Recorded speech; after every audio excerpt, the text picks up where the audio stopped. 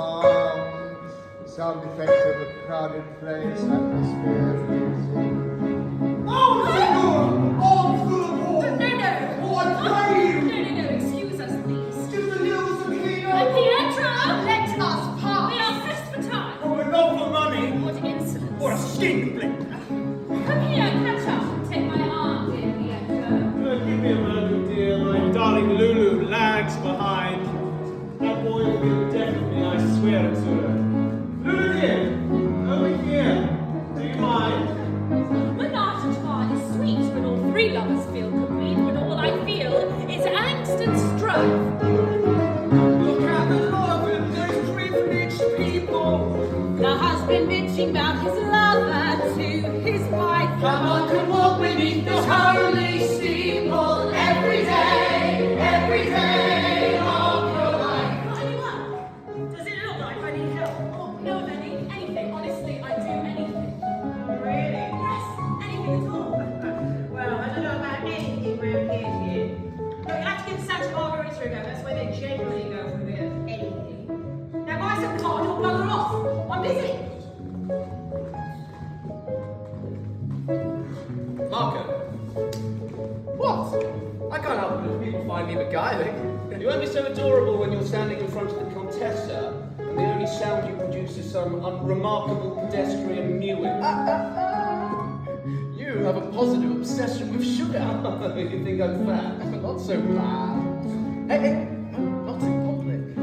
If we're not walking, Marco, I suggest we return to the studio. Oh, no more work tonight, please. It feels so good to stroll the greens, dear Marco. Breathe deep and fill your lungs with salty ocean air. You hear that buzz and bustle of the city. Everyone working hard everywhere. They have a saying here, a lesson you could learn, my dear, from fisher's net to butcher's knife. Rise up before the sun can wake the sparrow. Work till the day is done beneath the starry night. The same for everyone, the same tomorrow.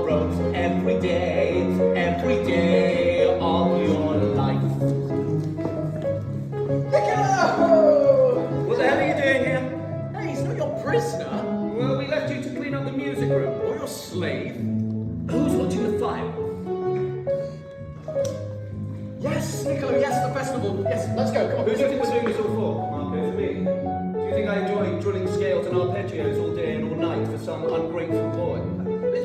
There's only a little more time, just a couple more days, and then the world will be yours. But tonight, festival. What about the work? Oh, damn the work. Marco, get out of the way, you dumb dog. Hey, Faustina, you do what you want to me.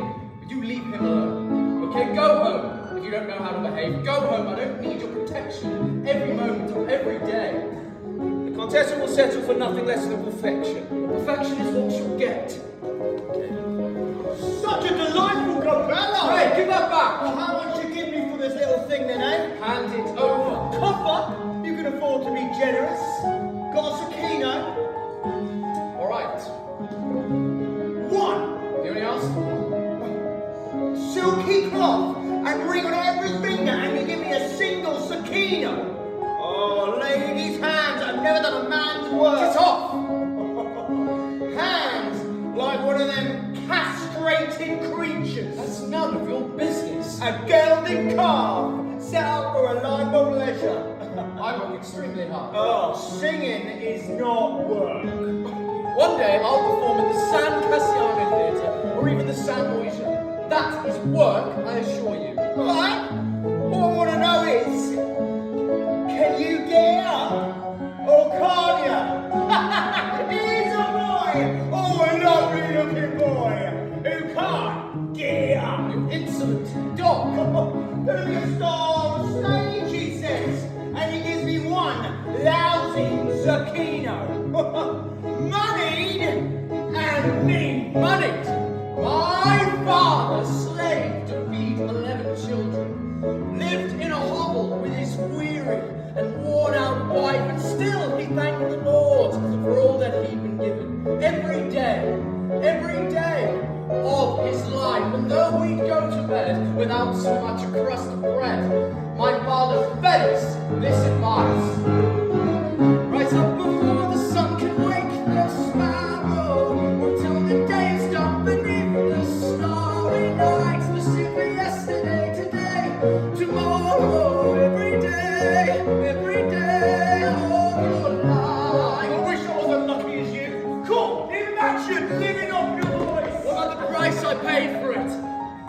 When I was 8, I sang a song to Jesus. My parents took me to a priest who loved my voice, and then they sold me for a few cold pieces. Off they crept, mother wept, they had no choice, and so the priestly predators kept at bay the creditors. But I'm the one who paid the price. We all have tales of woe and lives of sorrow. I have to hear it from the husband about the wife. Who doesn't have to beg or steal or borrow? Every day of your life. The winter nights are chilly to the marrow. The Grand Canal in summer winds, the air is bright. Still I try to walk the straight and the narrow. Every day of your life. Your little maestro's gone from rags to riches. He has a kid to grace and still he bitches. How horrible, how bad, intolerable, so sad we cry.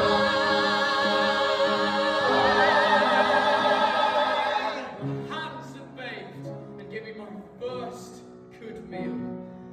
These were the hands, the very hands that held me down. Held me down and cut. So now you hear me roar. What man can ask for more? What man can ever possibly be missing? Anything? Rise up before the sun can wake the sparrow. Work till the day is done beneath the starry night. The same for yesterday, today, tomorrow. Every day of your life. Rise up before the sun can wake the sparrow. Work till the day is done beneath the starry night. The same for yesterday, today, tomorrow. Every day of your, every day of your, every day of your glorious life.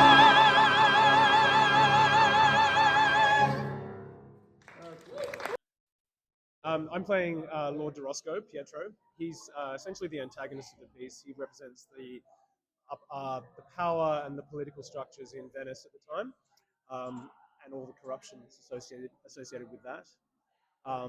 He's married to the Countess, who is Marco's benefactor, but owing to his dodgy business deals and certain things that are overheard, he decides on a revenge plot against Joya, which is explained in the show. I am. Thank you. I play the character Luigi. I am Pietro's accountant and also his lover. So yeah, I mean, I help him sort of balance the books, as it were. And maybe I agree with what's happening. Maybe I don't. You'll have to come and watch the show to find out. And how This is week 3. Yeah. So we've done 2 full weeks. start end of March? Yeah, so we'll go into tech next week. I mean, so in total it'll be like 4 and a bit weeks, which is pretty solid for a rehearsal process, to be honest. Yeah. But yeah, so 2 weeks, kind of 1 week of just the principles, getting to grips with the music and the script and stuff like that. And then, But it's still a new work, so these things Yeah. being changed and revised. We're still sort of finding what the show is. But hopefully by the end of next week, or the end of this week, we'll have our first lockdown of the script, and then a week of previews, and then another lockdown after that. And then by the time we get to press night, the show will be the show. What brought you to audition? Nothing specific to this show necessarily. I just think, I mean, I like Pietro because he is a really dark, depraved character. He's kind of like the Roy Cohn of his time. A dodgy, person with political connections. Roy Cohn was the guy that taught Trump everything he knows, and he was featured in Angels of America. So I've kind of done a bit of modeling on that, and a little bit of John Malkovich from Dangerous Liaisons. So they're always fun characters to play. I haven't worn period costume before, so that's the last show I did. I had to wear jeans and a t-shirt, and I got ready at the 5-minute call. So I think this is going to be a bit. This will be a bit different. Are they comfortable? What the costumes? I mean, if you're an 18th century Venetian, I'm sure they're lovely and comfortable. Yeah. Yeah, and I saw. Well, I mean, I haven't actually done any musical theatre for quite a long time, but I just thought working on a new piece would be quite fun. Nice to be in town. I've never done a new musical before, so I thought it'd be quite interesting to work with the writers kind of in the room.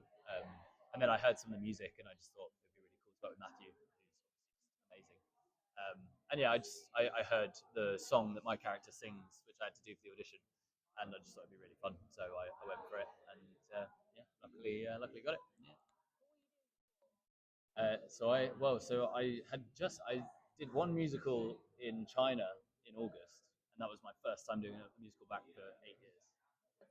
It was called Thrill Me. It's like a two-person show about these two murderers. Really popular in China.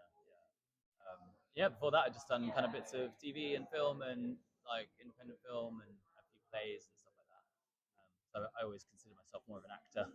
But yeah, sing a bit as well. I started in straight theatre and TV. I didn't really start doing musicals until about 10 years ago when I moved to London from Australia. And I think the first musical I did here was Titanic, in the same theatre that this will be on at, Charing Cross. And then I did more film and TV here up until about 2019, and then I went back to do the Australian premiere production of Come From Away it was going to be for 12 months. That was in 2019, and if you remember in 2020, there was a flu. So I sort of got stuck on one of the best contracts you could possibly have for that time. It saw us through the pandemic, and that was a show about kindness and community. So what better show to be on during that period? And then I came back to London in July last year, and I've done some TV and stuff since then.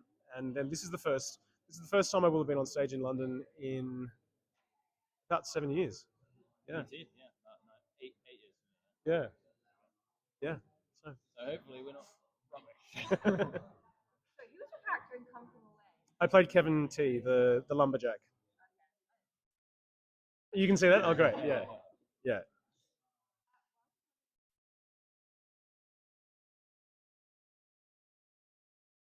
I think it's a part of history, part of musical history that some people know about, but a lot of people won't. I was thinking about that, like what resonances it has with today, and I think the thing that I think is interesting is that this this musical takes place about 60 years before Venice fell to Napoleon, and if you think about other big empires around the world today that seem to be in decline, um, it's sort of the political resonances are there.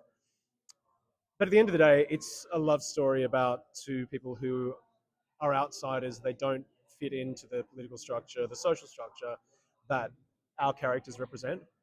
And they manage to, without giving it away, it is a musical, so they do come up trumps.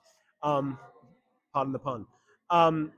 But yeah, and as Sam said, the music is phenomenal. The music is stunning, and I think that's for people who love musicals.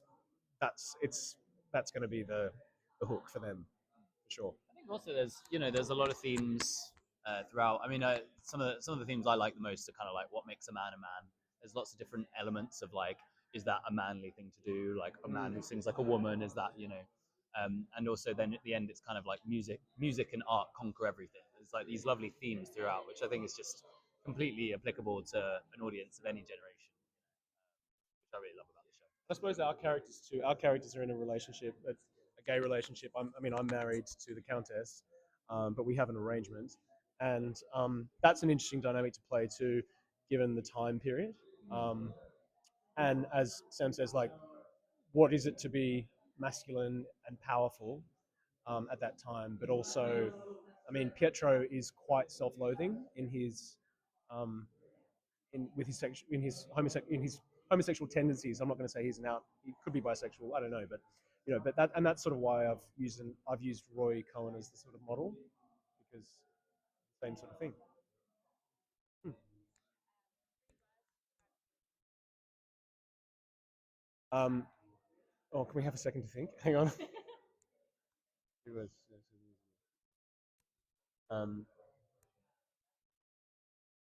elegant? No. Your words. Oh, okay, right. Okay.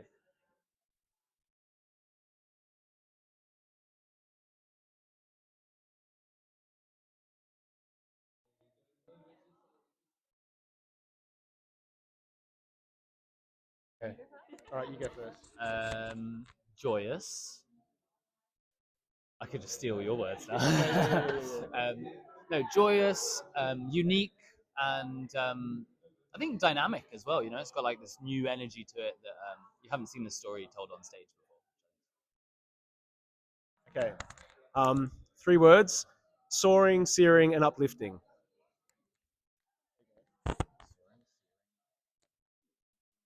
I don't know.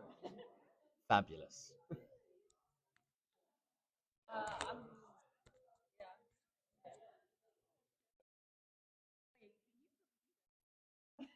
Okay, do you want to just do a quick my name's Joelle Hutchinson, and I will English. Try again. My name's Joelle Hutchinson, and I'll be playing Joya in Stiletto. My name is Jack Chambers, and I'll do that again. Hello. My name is Jack Chambers, and I'm playing Marco in Stiletto.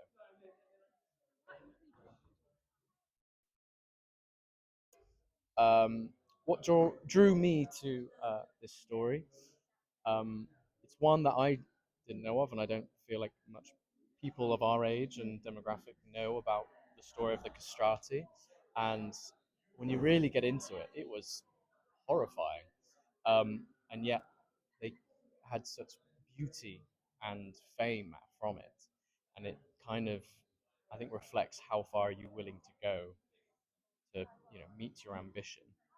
And what drew me to Marco specifically is the fact that he already had this mutilation and this terrible thing done to him, and he finds the positive from it and uses it in his ambition, not only to promote himself and to get to where he wants to be, but once he meets the lovely Joya, he then selflessly gives up his um, pedestal and hands it off to her in a very selfless and sacrificial way, almost to the point of death.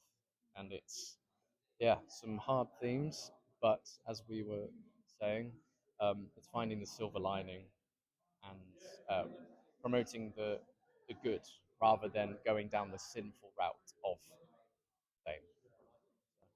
What drew me to it? I think what mainly drew me to this story, firstly, is that it's brand new and no one's done it. I think a lot of the times in our industry, things come back around and it's beautiful, like revivals and things. But there's always someone that you're thinking about has done it before. Like you've heard someone sing the song, you've heard someone do the character. This is an opportunity for us to completely find something brand new, which is so cool. And then the music slaps. I can't even lie. Yes. The music is the main reason why I decided to. And yeah, similarly, it's nice to be able to tell a story that in theory we all know. We all know about slavery and castrati in like a vague sense, but we get to put a face to it and humanize it. I think that's really important to me. So that's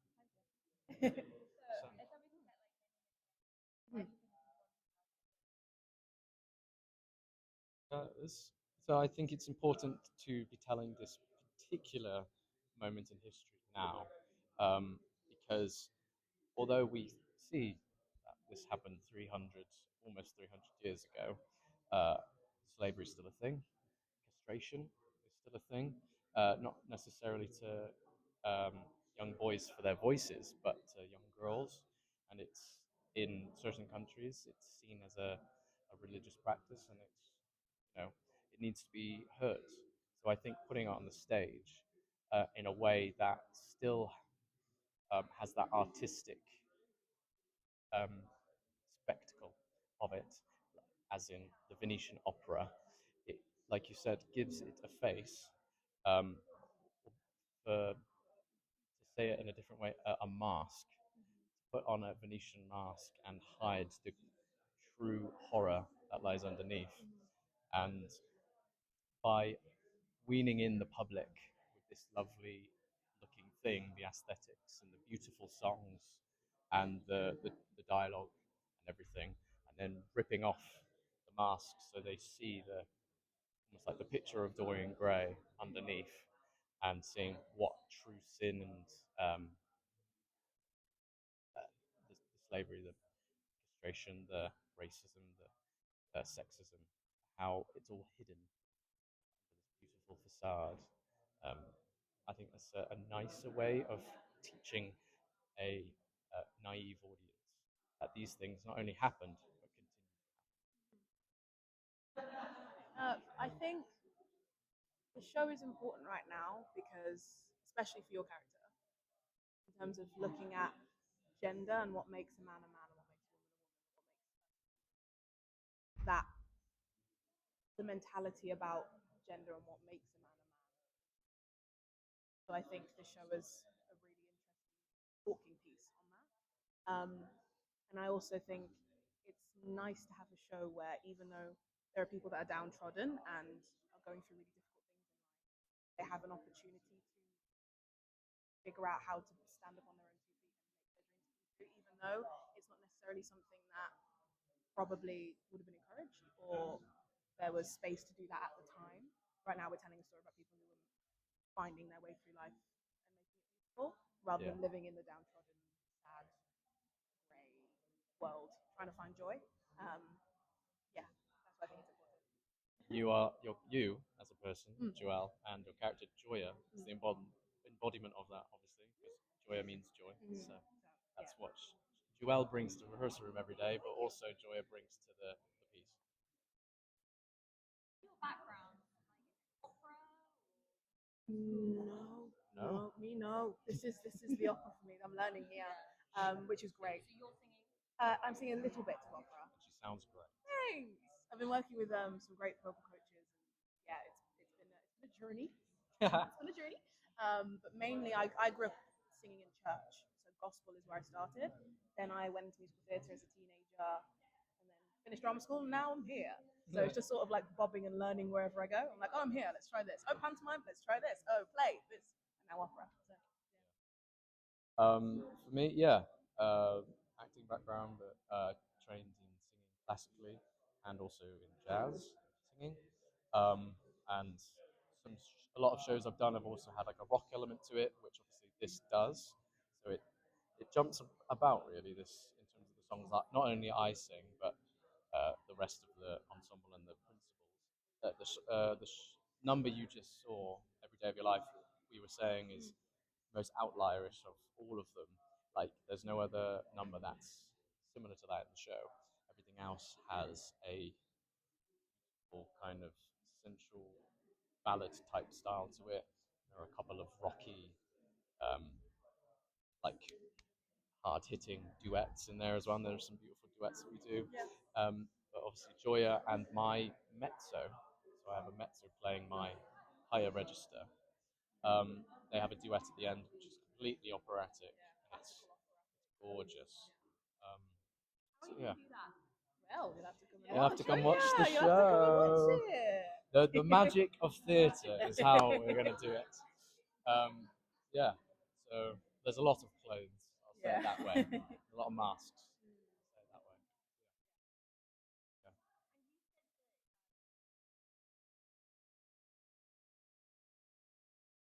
Yeah. But how much of they revealed to you?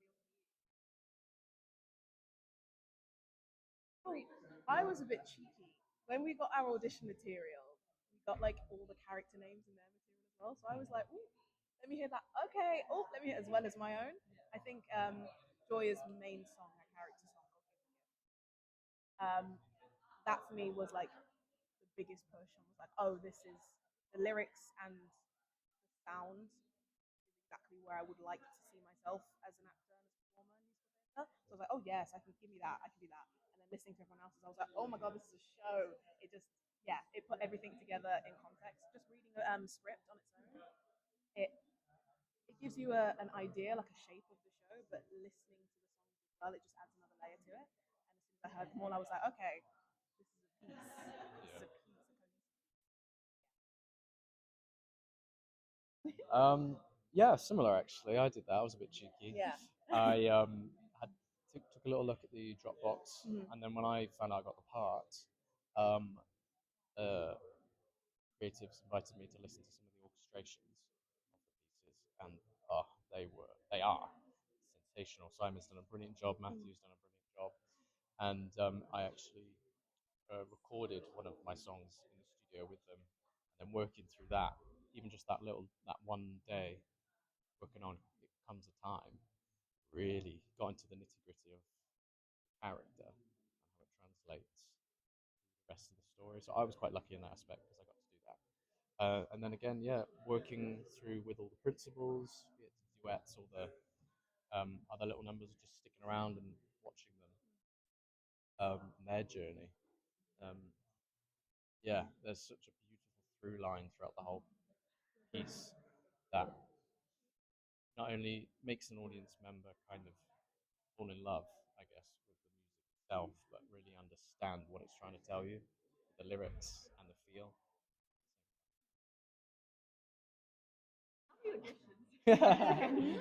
What- How many Yours rounds? was different.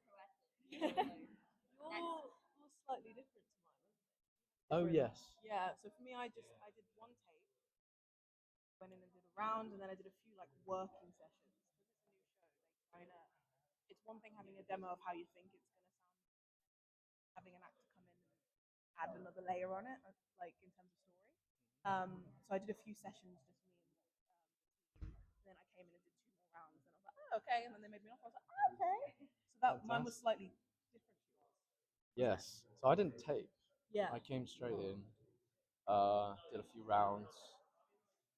Similar, did a few work sessions where I went through mainly the scripts and the sides that we were given, and just went over um, the main two songs, but mainly what makes a man, because that really is Marco's true self coming out in song. And worked that the day prior to my final. And then had the final, and then a couple of days later, got the all clear, got all good, and found out that I would play Marco, which was amazing. And then I joined you Yes. in your finals. Mhm. So it was, and I'm so happy they went with you. I really, I genuinely, was so sick. Oh my god. so I ill. was sick as a dog. And It was terrible. and your train, Yeah, like trains with trains. the legs. I was doing pantomime. So I had to get trained. And I was like, snot. It was horrible. I was like, yeah. hi. It was terrible. And But I want her. Yeah, I was She's like, the one. I was like, great. First, and then she sang, and I although think- you were, ill, you were amazing. There was a bit where in the song I had to hit like a high note at the end of the song, and a bit of snot was like coming down my nose.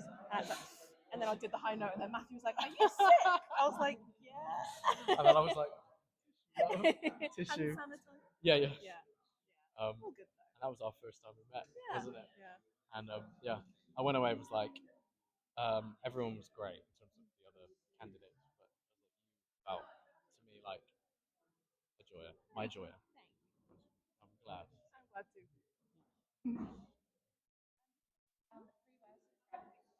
Ooh. Ooh.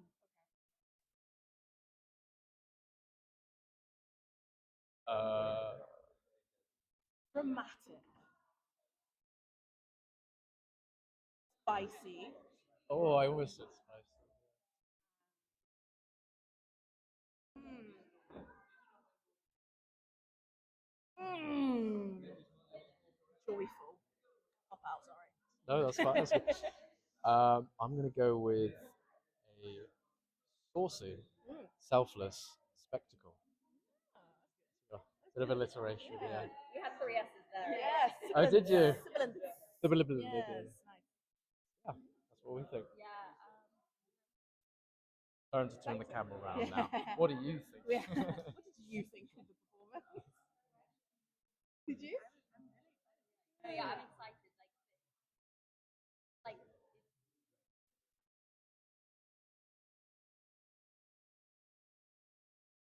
you don't really get to know much.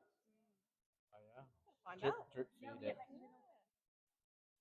Yeah. Piecing it together. Oh, it's like how long ago? October. I Or was you November? November. Yeah, it was nice to have Christmas knowing Yeah. something's happening Exactly. in Feb. So I did my first round in July. I did Oh, my really? tape in July. Oh, really? Yeah. That was July or August, wasn't it? Very short for me. Usually it's months and months, and then it's going in a different direction. Yeah, sorry, we've gone with Oh well. Glad not on this one. now you're here. Now we're here. Yeah. I think it'll be nice for you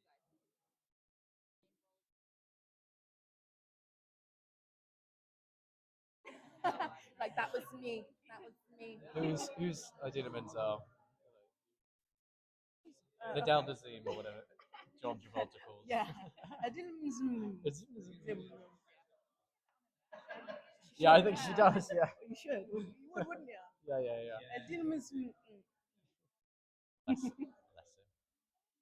Yeah. It is, isn't it?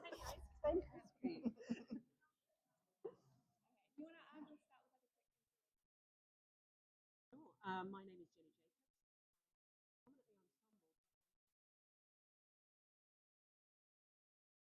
Want to know what that is all about, then you're going to have to come and see the show. Yeah, indeed. My name's Connor. I'm playing Niccolo, which is Marco's long-term best friend. They studied together at school, and Niccolo is now mute, so he doesn't speak a word in the show. And then, yeah, we kind of find out why and whether he can overcome what's troubling him, and maybe do some important stuff. Maybe do some important Maybe. So you'll have to come and see the show. But What originally drew you to the story? or One, the fact that it's this stuff happened, it's historically accurate. It's interesting actually, just thinking about it. There's been a lot of historical musicals recently, women, but they're all very contemporary. They're all very much in a pop style, yeah, like contemporary music theatre, right? theatre. This is essentially the opposite. This is very, very traditional music. The score is very complicated. It's very rich in its tapestry. Very interesting musically. All a real blur of styles. Yeah, it's a big blur of styles. There's all of the songs are completely different. And that's not saying that contemporary musical theatre isn't at all, but it feels like we're going back to musical theatre. Yeah, I just think it's the style of singing, obviously, of the time and the period as well, and the topic of the show lends itself to that style musically in this production. So it's this really, really nice blend of those two worlds, and I don't think I've heard anything like that before in a musical, And I think so it's just really unique in that sense. I think that's what has drawn me to the show, and yeah, like you say, it's topical, and I think we're sharing something with people that I don't think they will necessarily know much about. I didn't before we started working on the show, and it's such a niche topic, and yeah, a really original story. I think it has a lot to say. Yeah, and it'll be interesting because I think a lot of people are going to Google. Yeah. Oh my God. Yeah. Really interesting. So yeah, definitely worth a watch. In a very morbid way. Yeah. Oh my goodness. Yeah. It's kind of wild. Isn't Yeah, it? it is. It's really nuts. wild. It's nuts. If you think about it for too long, you're like, what? And like, wasn't it something like the last instance? 1800s as well. So Yeah, like about 120 years. Yeah. Winding down. There is one recording Yes. to listen to when we were auditioning. There's a recording online of the last known castrati, singing. I can't remember, but it's like really, really haunting. Yeah, and that sort of lies as the inspiration of this. but yeah, listening to that is yeah, It's through quite it. something. Oh, this is in recordable memory. Yeah, it's yeah, like you say, yeah, it's recent enough that Yeah. it's really interesting. Yeah. For me, it was interesting because obviously my character's mute, so it was mainly just singing, and then playing around with a little. There was a little, yeah, this idea of finding another language for this character, building that up, from scratch. So that's also been a really interesting topic, sort of research and figure out essentially for this person. So yeah, it was a lot of singing. Does have a song, yeah. Spoiler. That's his way of speaking. Yes, yeah, that is a bit of a spoiler. There's more. More happens to him. Yeah. I think mine was I did I was on holiday and I did a self tape. Well, the self tape request came through. Excuse me, and I was like, I'm on holiday. The Wi-Fi is awful. I'm not going to be able to do this. Classic. And It's always the way. And I said, like, I tried. I was like, the agent. I'll see if I can get a. For you. And I was like, they're never going to go for that. They were like, yeah, we want to see it. And I was like, oh god, I'm so jet lagged. When I got back, I was like, oh, did this self tape that I saw, I'm never going to get for that. And then they called me in, but they were looking for a very specific voice. And I ran into the face-to-face audition. And I've got to say, because I was doing another job at the time, and when everything's just a bit of a rush, I'm probably the worst audition I've ever done in my life. You could have knocked me down with a feather. This is what happens. This is what happens. It's always when you think you don't have time, like, oh, and that you was don't. awful. That's when you're at your best though, because you're just chill. Oh, no, I was not at my best. Well, here you are. So. Here I am. But I think it's because they were looking for a very specific voice time, and I think Matthew, the composer, he said he heard me warming up in the toilet, and glamorous, and he was just like, no, that's it. That's what we need. So, Trained in opera. I've done that. So initially, originally I trained in musical theatre. I work in operettas and things like that. So I then started to have a couple of one-to-one.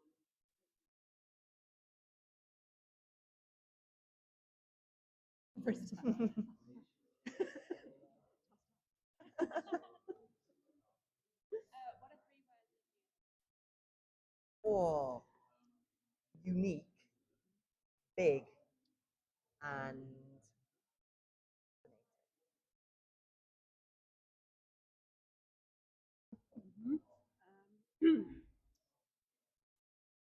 All I've got is unique going on. yeah. Original, fresh, visual. Oh, it is. Yeah, it is. Have you guys seen the set? It's Yeah, beautiful. yeah, Feast your eyes. Feast your It's honestly going to look fantastic. I think. I can't wait for beautiful. to see all of the costumes. We saw the have you seen the box? Oh yeah, definitely go check that out. Yeah, it's a little mini model. They always excite me, those boxes. Whenever someone brings out a model box, I'm always like, wow! It's like a little train set. And I'm like, wow, it's real. I wish I could shrink myself and walk around. Yeah. You were happy. Yeah, no, it's going to be real. I just think it's that disconnect, that cognitive disconnect, isn't it? Of going, but we're going to be. Yeah, I'm going to be on that. Yeah, it's like a little playground. Yeah. It's going to be exciting. More movement. Movement. I would say. Strong Yeah. movement. Strong movement. Movement. But I think it's just so much about the story, and that's. I mean, obviously you can tell stories through choreography. It's very scene based. It's very text based rather than big tap routine. Yeah. Oh, let's put a tap routine. That would be good. Maybe I tap instead. Yeah. Yes, that's how you communicate. Yeah, I just tap all the way through. Yeah. Great. There you go. It's right in itself. David. But yeah, But the movement that is in there is. Some of it's very stylized. Yeah. There's some real stylistic moments now which we're discovering. The more and more we're working out what this show is. guess that's when we're kind of finding all of that stuff out and going, oh, this is where there's two kind of worlds going on. I think. Worlds collide. Yeah, so it's really exciting. Bit spicy. Yeah. Are you in the spice? You're in I'm the in the spice. spicy aren't you? scene. I'm not In the really spicy part of the scene being spice. like, Yeah. I watch the spice. a little voyeuristic. Yeah. That's It's all that's I'll say. happening. It's all That's I'll say, happening. but yes, it's a little bit. But then that was the, everything, everyone was doing Sounded everyone. Hit me back. No. Take me back to no. You have to cut that out.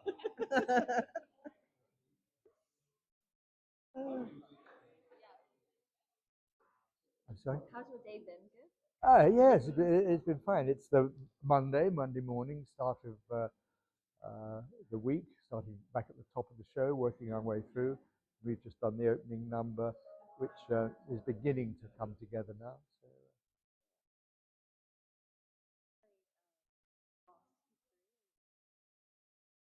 How does this one very nearly, very nearly.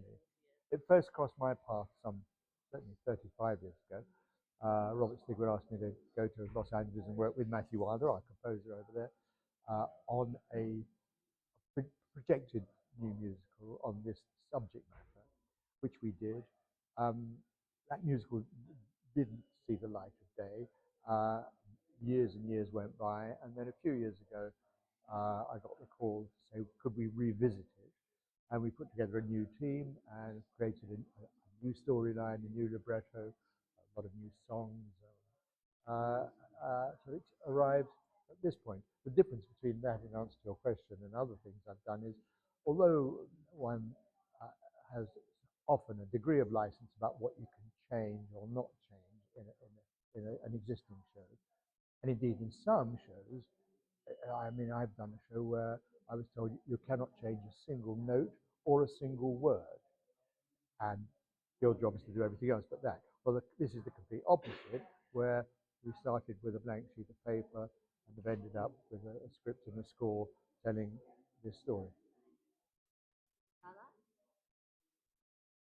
Well, I've certainly enjoyed it, but I certainly have enjoyed working on some musicals which were already completely in existence. They all bring different challenges, and they're mostly enjoyable, whichever they are.